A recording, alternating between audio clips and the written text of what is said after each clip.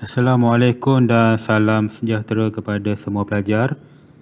Baiklah, seterusnya kita akan lihat subtopik 2.2 dalam bab 2 ini, iaitu kegiatan ekonomi. Kegiatan ekonomi masyarakat kerajaan Alam Melayu boleh dibagikan kepada 4. Yang pertama, pertanian. Kedua, perdagangan.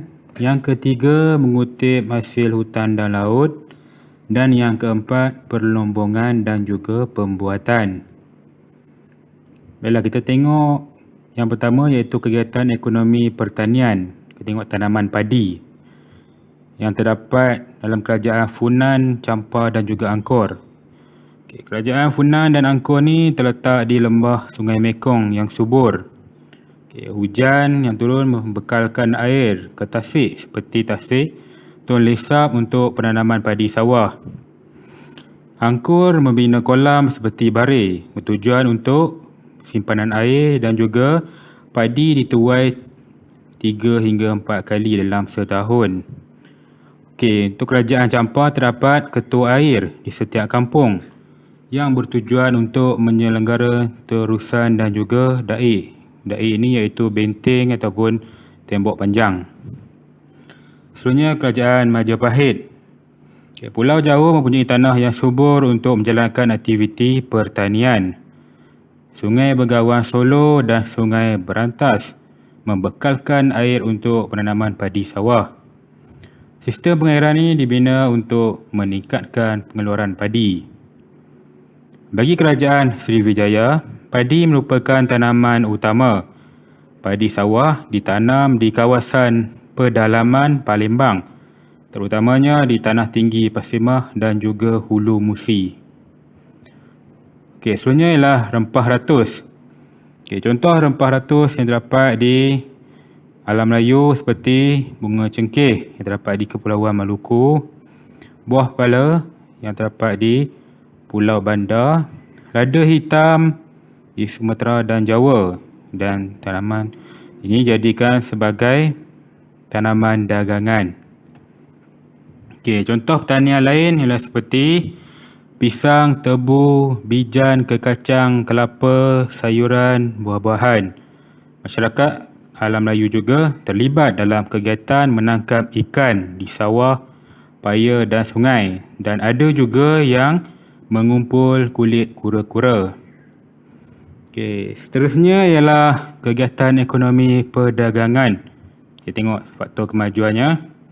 Barangan di Alam Melayu menjadi tarikan pedagang luar, serta kedudukan Alam Melayu yang terletak di tengah-tengah laluan perdagangan antara timur dan juga barat. Terdapat kemudahan pelabuhan yang lengkap di Alam Melayu seperti bekalan air, tempat tinggal, tempat simpan barang dagangan, kawasan jual beli. Selain itu terdapat juga jawatan Tuan Watak Iurah yang telah diwujudkan sebagai penyelia kegiatan perdagangan dan juga perkapalan. Kita tengok pelabuhan dan juga barang dagangan. Untuk kerajaan Funan, pelabuhannya ialah WCEO dan barang dagangannya seperti damar, kapur barus, kayu cendana dan gaharu. Untuk kerajaan Champa, terdapat pelabuhannya seperti Turan, Kamran, Sri Banoi dan Mariti. Barang dagangannya ialah beras, emas, perak, gading gajah dan gaharu. Kerajaan Sriwijaya, pelabuhannya ialah Palembang. Barang dagangan seperti damar, kapur barus, gaharu, madu, rotan, rempah, mutiara, rumpai laut, gading gajah dan sumbu badak. Untuk kerajaan Angkor, pelabuhannya adalah Yasodharapura. Barang dagangan seperti gaharu, buah pala, lilin lebah, minyak sayuran, damar dan gading gajah. Untuk kerajaan Majapahit, pelabuhannya ialah Tuban, Sidayu, Gresik dan Surabaya. Barang dagangannya seperti rempah, beras, rotan, kayu, cendana, gaharu, ikan, kulit penyu dan mutiara. Seluruhnya kerajaan Kedah Tua, pelabuhan ialah Sungai Mas dan Pekalang Bujang. Barang dagangan seperti rotan, damar, kayu cendana dan gading gajah. Yang terakhir ialah Gangga Negara. Pelabuhannya seperti Pangkalan, Lembah Kinta, Tanjung Rambutan, Bido dan Sungai Siput. Barang dagangan ialah emas, biji timah, rempah ratus, kapur barus dan damar. Sebenarnya hubungan dengan pedagang luar dari China, barang yang dibawa iaitu sutera, tembikar, pinggan mangkuk, payung, gula dan gendang. Barang yang diperolehi ialah barang mempunyai nilai ubat-ubatan dari alam Melayu. Sebenarnya India, barang yang dibawa kain kapas, tembikar, pelbagai batuan seperti akik dan karnelian.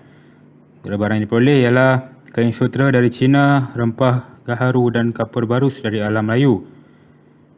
Kemudian Arab Parsi, barang dibawa tembikar, minyak wangi, barangan kaca dan manik.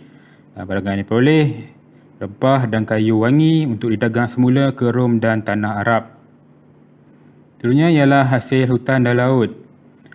Pada awal ni dijalankan untuk kegunaan sendiri sahaja, tetapi apabila untuk memenuhi keperluan masyarakat, ia diperdagangkan di kawasan pertempatan.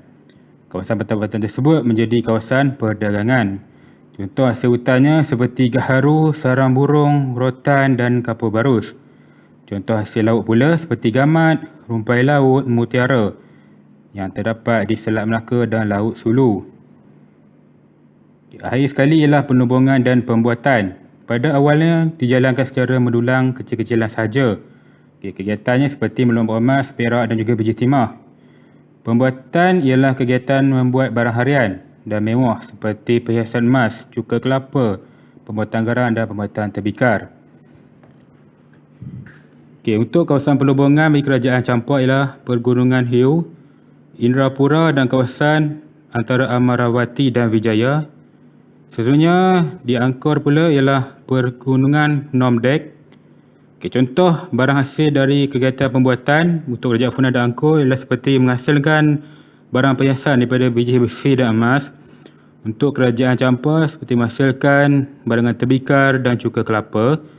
Untuk kerajaan Majapahit mengusahakan perbuatan garam, pembugusan daging kerbau dan membuat mi daripada beras.